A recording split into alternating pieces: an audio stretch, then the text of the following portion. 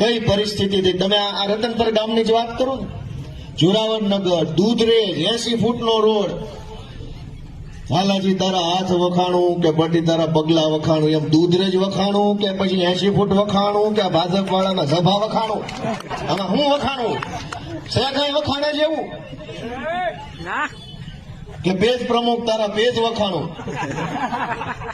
આમાં શું વખાણવા જેવું? તમે ભલે હું દાંત કાઢતા કાઢતા કહું છું, કેમ કે રોયે મેળ નથી પડે એમ, એટલે દાંત કાઢતા કાઢતા ભાજપ વાળાને કાઢી મૂકવાના, નીકળો ઓછા પગે હાલો હી હી કરતા ઉપડો. એને તો એમ જ છે કે રોતું જ એવી જોઈએ પબ્લિક.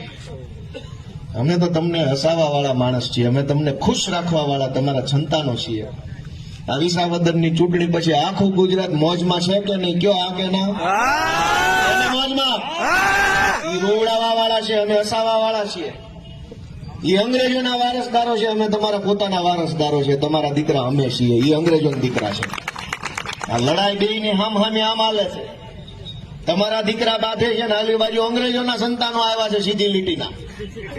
તમે કોના ટેકામાં રહો એ તમારે નક્કી કરવાનું. તમારા છોકરાને ટેકો આપશો કે અંગ્રેજોના છોકરાને ટેકો આપશો? કીધું નહીં કઈ કોઈએ.